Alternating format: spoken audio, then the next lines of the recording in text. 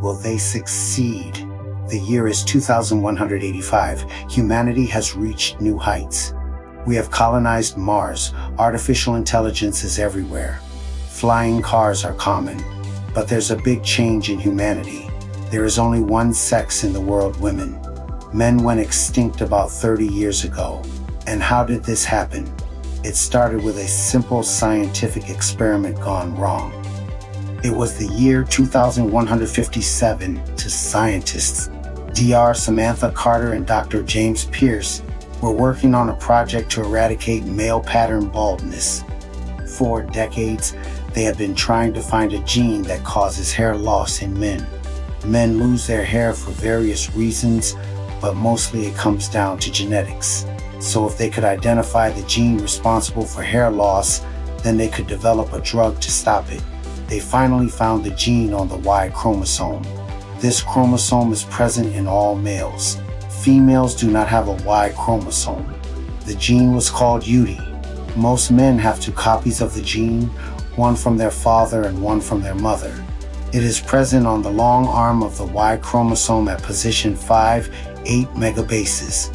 If they could switch off this gene, they might be able to prevent baldness. After many years of research, they successfully created a vaccine that targeted the UTY gene. Vaccines normally target viruses or bacteria, but they can also target genes. By switching off the UTY gene, baldness would not be an issue for men anymore. But there was a big problem. The vaccine also targeted the Y chromosome itself. It broke down the Y chromosome so the gene could no longer function properly. Without a Y chromosome, a man cannot reproduce. With this discovery, the question was asked, why do men even need a Y chromosome? Can we remove it altogether? This would solve many problems. Male pattern baldness, yes, but also male pattern aggression, male violence, the patriarchy, all of it would disappear. In some countries, like Iceland, more than 90% of the population are females. This was because men kept dying out. The two scientists presented their findings at a conference. World leaders met in secret to discuss the implications. What should they do with this technology? Should they allow it to be used? And after much debate, they decided to proceed with caution. The vaccine was approved for use, but only for men over 60. The idea was to let nature take its course. In a few decades, all men would be infertile and eventually the human race would die out. But they did not foresee the problem with their plan. As men got older, they became more and more infertile. But there were still plenty of young men who could reproduce. In fact, most men under the age of 40 can still have children. The vaccine did not work immediately. It took a while before the Y chromosome was broken down. And during this time, lots of babies were still being conceived by men. As the years passed, the number of women increased, but the number of men remained the same. The scientists made a crucial mistake.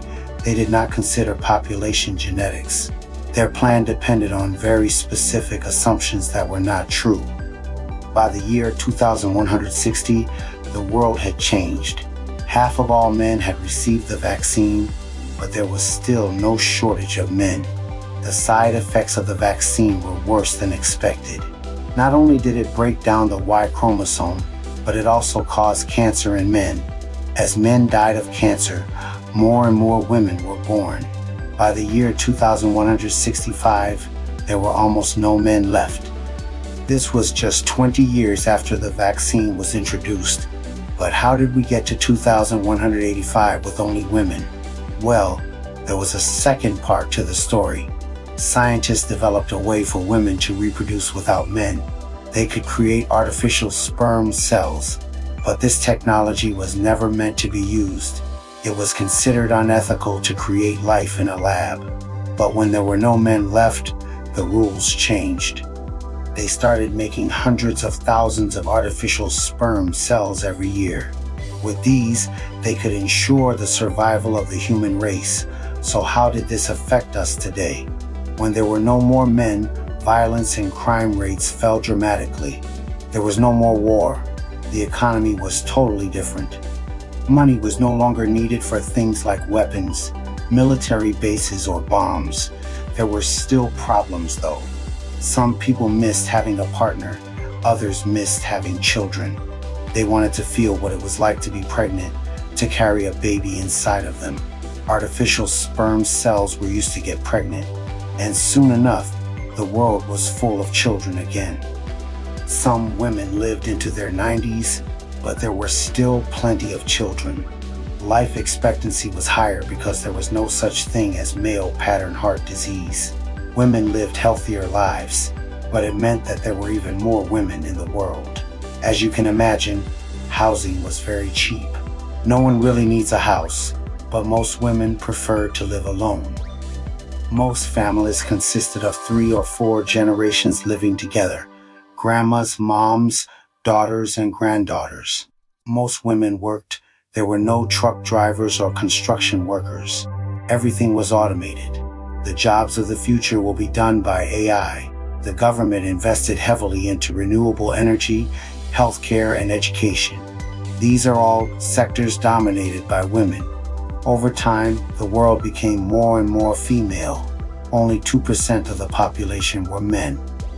And by now, most of them were infertile. They could not reproduce.